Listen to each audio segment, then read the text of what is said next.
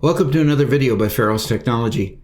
Today we're going to kind of end our chapter on report writing by building a report right from scratch. So let's get started.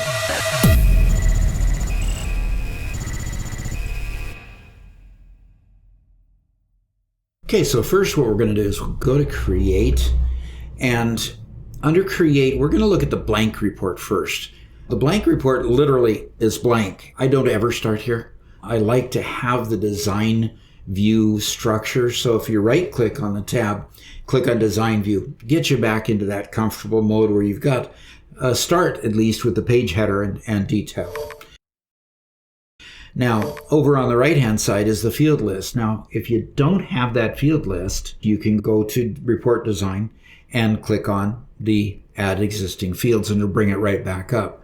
So I'm going to go ahead and pull the description field onto our palette for now. In starting there, we brought the description text box. Now, the next thing I want to do is I want to set up the arrangement on the page. So I'm going to go to page setup. And here I want to first set my margins. And I want the margins to be as narrow as I can. So I'm going to select the narrow option there. Don't have to customize it. That gives me a 1/4 inch all the way around. Then we want to make sure that it's portrait. Some reports you might want to have landscape. So either option is available.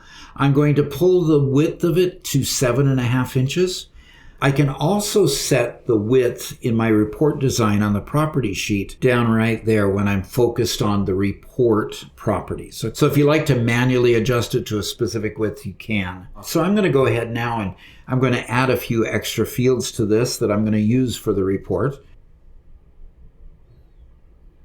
Okay. Now with all my features here, what I'm going to first do now is I'm going to put in a page header. I'm going to add a couple labels to that page header here. Product display I want to be 18 point. Okay, so I'm going to go up here and I'm going to go to the Home tab. And over there I can change that to 18.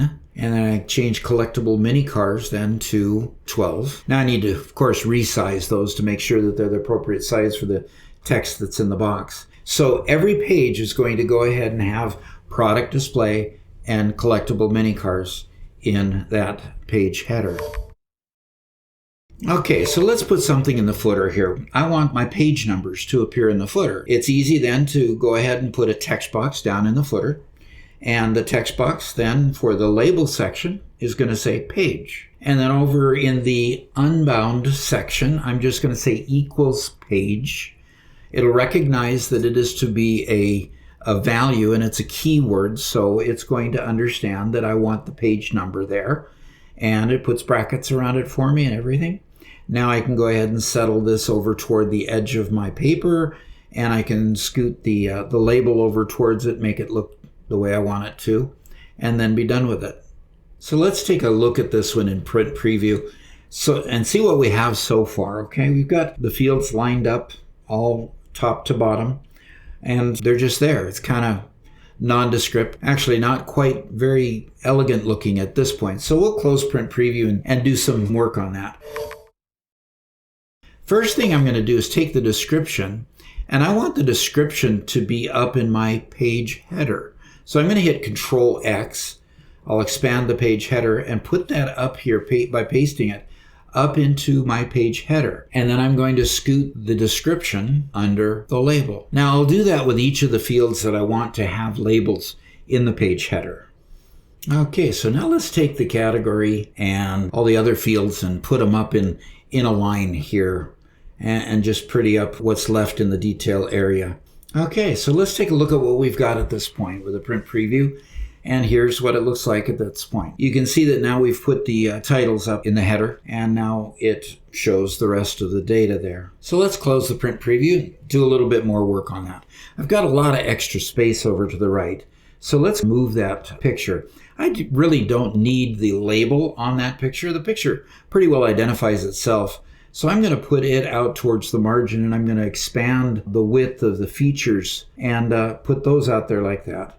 Now I'm going to close up the footer here to close up that extra real estate and make my report a little bit more elegant there. And I could also expand the features text box if I wanted to and make it same size as the picture. But what I want to do is show you a feature over here. The can grow and can shrink. They're going to be down here at the bottom. Can grow and can shrink means that I've got a text box that's an extremely variable width and length. So I want it to be able to shrink or to expand based on the values that it has in that long text field. So while I have it on the screen here, I'm going to make it the same size as picture, but at the same time, I know that if I've got a lot of text in there, it's going to be allowed to grow because I have can grow set to yes. It's also going to be allowed to shrink if it's only got a one-liner in there. So in either case, it's going to allow me to have the right size text box no matter what the data is that's in set of features listed. So let's take a look at that in report view and see. We can see that the text boxes, one of which, like the fourth one down, has only 3 lines and it's the same size as the picture. The last one doesn't have any data. A lot of these don't have data on the later pages, but you can see they grow and they shrink depending on what size is needed in order to fill the particular space that it has available. Close that print preview here. And let's add a few other elements here. Let's go ahead and add a grouping. So when we click on that icon, it adds a group, sort, and total area down here. I'm going to go ahead and click on Add a Group. It brings up a dialog box of fields I can select, and I'm going to add the group category in this case. Now it adds a header, which is a group header, but it's called category because of the field I chose for the group header. And I'm going to pull the field up into that header that pertain to the category. And then I'm going to go ahead and close this space up. So now that category name will only appear once at the beginning of each set of data that pertains to that category. Now I'm going to also sort it by description. So that gives me the ability to sort that field from A to Z. And we'll see a difference in the report here when we look at it next. Okay, so the next thing we want to do is put in a page break. So down here under Force New Page, I can go ahead and select Before Selection. And when we do that and take a look at it, we'll be able to see that it gives me my page breaks just where I want them. It'll tell the category at the top, and then it'll list the data. And then right after that, okay, you see at the end of this, it's a little bit short, and then the next page starts motorcycles. Okay, and that section isn't very short. It only goes 1 page and starts with special interest. So you can see now that each time we have a new category, it'll start on a new page. So you could break up the report and only give certain categories to certain people if you wanted to do that, or print certain pages for certain categories. Okay, so let's close the print preview. And let's put in there a report header. Okay, let's put in a line underneath the product display, make it a little bit easier to read. And let's see what that does for us. Okay, makes it a little bit more readable there. And then let's go ahead and put that header in there. Let's start with the date and time. Next thing, I'll go ahead and put in the title. But first thing I want to do is go to the report itself and caption the report first, because it'll automatically take the title from the caption of the report if I input it there and put it on the tab when it's viewed. So I'm going to call this inventory, and then if I put title up there to add a title, it will go ahead and automatically put inventory there. This is pretty much ready for production use. So if you liked what you saw here, please go ahead and hit that like button.